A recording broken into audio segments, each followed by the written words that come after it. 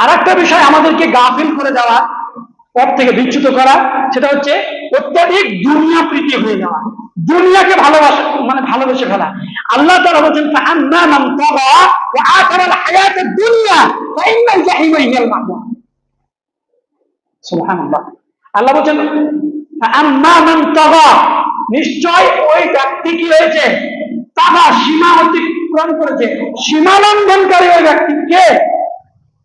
ফাআম্মা মান তাগা ওয়া আথারা আল হায়াতাদ দুনিয়া, যে দুনিয়ার জীবনকে প্রায়োরিটি দিয়েছে, প্রাধান্য দিয়েছে, ব্যবসাটা আগে, তারপরে আমার নামাজ রোজা যা আছে আছে। হারাম হালাল যাই হোক না কেন বাড়িটাকে আগে করতে হবে, হারাম পথে উপার্জন করে হলে বাড়ি আমাকে দেখাতে হবে, গাড়ি দেখাতে হবে, স্ট্যাটাস বজায় রাখতে হবে, এই জন্য হারাম পথে হলে বাড়ি আমাকে উপার্জন করতে হবে। এই দুনিয়া প্রীতি মানুষগুলো থেকে আল্লাহ তাআলা বলেন এরা হলো সীমা লঙ্ঘনকারী। ফাআম্মা মান তাগা ওয়া আথারা আল হায়াতাদ দুনিয়া।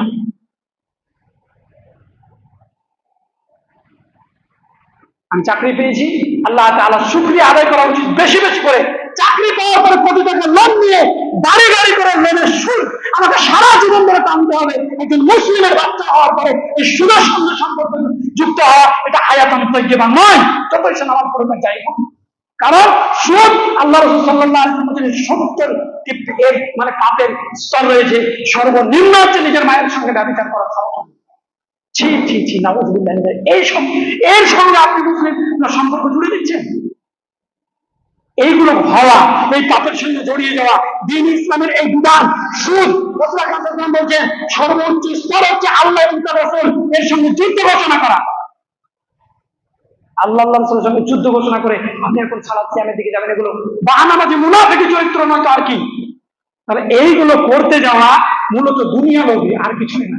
দুনিয়াটাকে বাড়ি করবো, সৌন্দর্য, আমি মাস্টার মানুষ, আমি ডাক্তার মানুষ, আমার বাড়ি যদি খুব ভালো সুন্দর না হয় তাহলে মানুষ আমাকে কি বলবে? মানুষের বলাটাকে যখন আমি প্রায়োরিটি দিলাম, প্রাধান্য দিলাম, ওটা যখন মূল লক্ষ্য হলো, তখন আমার পথ বিচ্যুত হওয়া, দ্বীন ইসলাম থেকে বিচ্যুত হওয়াটাই স্বাভাবিক। যে করে হোক আমার করতে হবে না।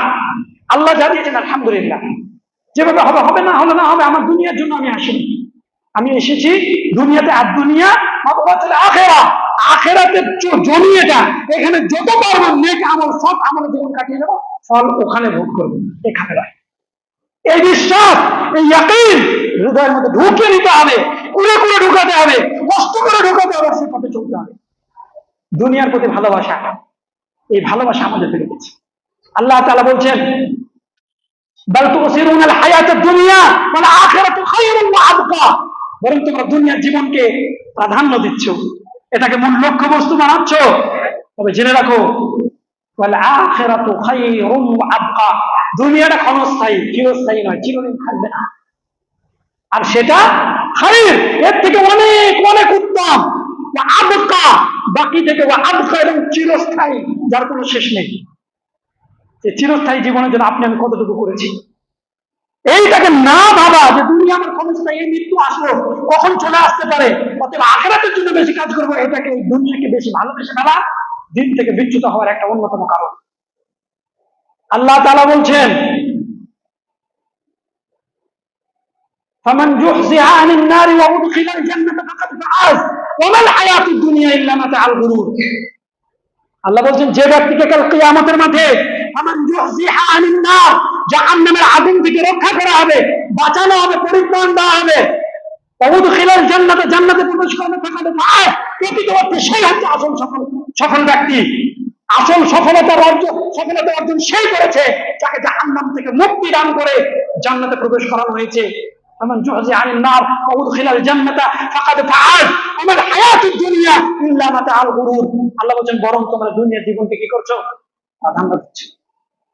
মাল হায়াতুদ দুনিয়া ইল্লা মাতাআল গুরুর। আর এই দুনিয়া, আল্লাহ তাআলা বলেন যে তোমরা যে দুনিয়াকে প্রাধান্য দিচ্ছ, মাতাআল গুরুর, এটা ভোগের একটা বস্তু ছাড়া আর কিছু না, সামান্য তুচ্ছ।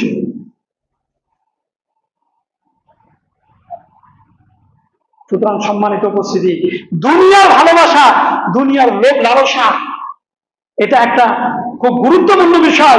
যত দুনিয়া আমরা করবো তত দিন থেকে গাফিল হবো, আমাকে টেনে নিয়ে যাবে। সাহাবায়ে কেরাম রাদিয়াল্লাহু আনহুম আজমাইন, এমনকি রাসূলুল্লাহ সাল্লাল্লাহু আলাইহি ওয়াসাল্লাম, আপনি আমি আমাদের জীবনের একবার বাচ্চা ধরে নেন, 5 বছর বয়স থেকে উপার্জনের একটা রাস্তা খুলে দিলাম, শুরু হয়ে গেল। আর মৃত্যুর আগে পর্যন্ত আমি শুধু সম্পদে উপার্জন করে যাব। তারপরেও যে বহুত পাহাড় 2 কিলোমিটার বিস্তীর্ণ একটা পাহাড়, উচ্চতাও প্রায় সমপরিমাণ, সেই পাহাড়ের সমপরিমাণ স্বর্ণ সোনা আমরা জমা করতে পারবো? নিশ্চয়ই কালো সম্ভব নয়। রাসূলুল্লাহ সাল্লাল্লাহু আলাইহি ওয়াসাল্লাম আল্লাহ তাআলা বলেছেন যে আপনি যদি চান আপনার জন্য উহুদ পাহাড় স্বর্ণে পরিণত হবে। চেয়েছিলেন? চাননি। আরে সুযোগ থাকার পরে যারা নেননি, ইনারা তো আমাদের আদর্শ লাকাদ কানা লাকুম ফি রাসূলিল্লাহি উসওয়াতুন হাসানা লিমান কানা ইয়ারজুল্লাহ ওয়াল ইয়াউমিল আখির ওয়া যাকারাল্লাহু কাসীরা, আল্লাহ তাআলা বলছেন। আর আমরা সেই সম্পদের মোহে পড়ে ইবাদত চলে গেল, সম্পদের মোহে পড়ে কোরআন মাজিদ তেলাওয়াত চলে গেল, কোরআনের অর্থ বোঝা চলে গেল, আল্লাহকে চেনা চলে গেল, রাসূলের আদর্শ ভুলে গেলাম, সব কিছু ভুলে গেলাম শুধু সম্পদ আর দুনিয়ার মায়া মহব্বতে পড়ে। অতএব ফিরে আসতে হবে। যদি দিনের উপর অটল থাকতে চাই, সাহাবায়ে কেরামদের মতো দিনের উপর অটল থাকতে হবে, দুনিয়া নিয়ে বেশি ভাবা যাবে না। আর আল্লাহ কোরআন মাজিদে বলছেন যে দুনিয়া আল্লাহ মুশরিক কাফেরকেও দেন, ইমানদারদেরকেও দেন, কিন্তু দ্বীন ইসলাম এটা শুধুমাত্র আল্লাহ তাআলা যাকে পছন্দ করে আল্লাহ তাআলা নেককার বান্দাদেরকে আল্লাহ তাআলা দেন। তাহলে আপনি আমি দুনিয়া এমনি পাবো, ওটা কাফের মুশরিকরা পায়। এখন আপনি আমি যদি ওই কিছু নিয়ে ছুটি, তাহলে আমাদের দিনটাকে ছুটে যাবে, এই দিন থেকে বিচ্যুত হওয়াটা স্বাভাবিক। আমাদের হচ্ছেও তাই। আপনি ভালো করে আপনার নিজের জীবনটাকে নিয়ে ভাববেন যে আমি দিন থেকে বিচ্যুত হওয়ার কারণ কি? আরো জমি বাড়াতে হবে, আরো জায়গা বাড়াতে হবে, আরো উপার্জন করতে হবে, আরো টাকা পয়সা দরকার। কি করবেন? মরে গেলে তো একটা কাফনে জড়িয়ে আপনাকে 3.5 হাত মাটির তলে পুঁতে দেওয়া হবে। আর আপনার ছেলে মেয়ে, আপনি যদি মরে যান, আপনার ছেলে 2-2.5 বছরের থাকে, তো আপনি কি করবেন তাদের জন্য? মরে গেলে কিছুই করতে পারবেন না। তার জীবন তো আল্লাহ তাআলা দিয়েছেন, আল্লাহ তাআলা তার ব্যবস্থা করবেন। আপনি দোয়া করেন দিনরাত তাদের জন্য, তাদেরকে দিনের পথে পরিচালিত হতে শেখান, শেখান, নিজে শিখুন। এটা একটা ছিল আমাদের অন্যতম কারণ।